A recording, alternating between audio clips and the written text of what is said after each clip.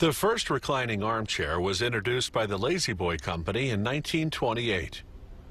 Today, many companies make motion furniture, as the industry calls it. And the term recliner no longer refers to just armchairs. You can buy reclining couches and even reclining sectionals. This factory makes reclining chairs and couches in both fabric and leather. The furniture construction is the same, regardless of the material, but leather upholstering requires a few extra steps. They begin by inspecting the hide, marking serious defects with one color of tape and minor imperfections with another. A computer-programmed cutting machine scans and registers the tape markings, then automatically cuts and discards the defective parts. It cuts upholstery pieces for hidden areas, such as the undersides of seat cushions, from the imperfect leather, and visible parts from flawless leather. Once all the pieces are cut, they sew together the back, seat, and arms. Then they stuff the arms and back. They position the open end against a blowing machine that fills it with polyester fiber.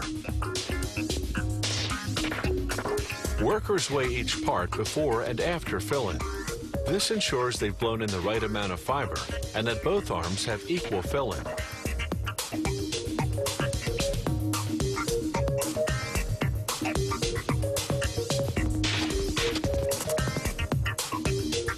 Next, they'll fill the seat with foam. A compression machine squeezes it, then a worker sprays on silicone lubricant. This enables the seat cover to slide on easily. Foam is made of a chemical mixture, the formulation of which determines the density. The higher the density, the higher the quality. Elsewhere in the factory, they cut the frame components from plywood using a computer-guided bandsaw.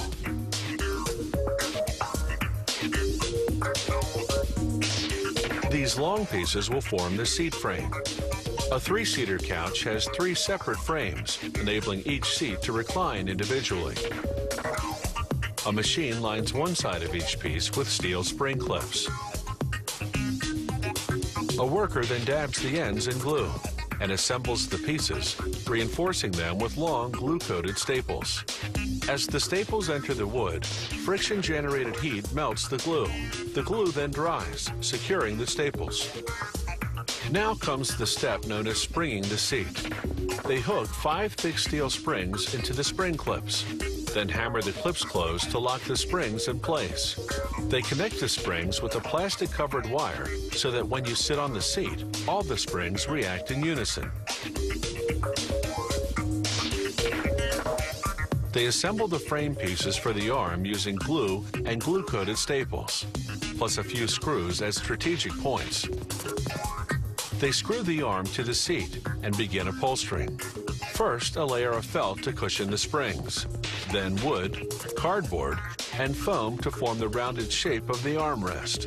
After lubricating with silicone spray, they slip on the leather and staple it in place. They upholster the backrest and sides in the same manner. The reclining mechanism arrives at the factory with the sides pre-assembled. Workers install the connecting pieces, then a bushing that reduces the noise the mechanism makes. Finally, they install a spring to control the recline speed. They screw the mechanism to the seat frame, then hook up the operating handle and test it out. To cover the back of the furniture, they attach metal tacking strips to the leather.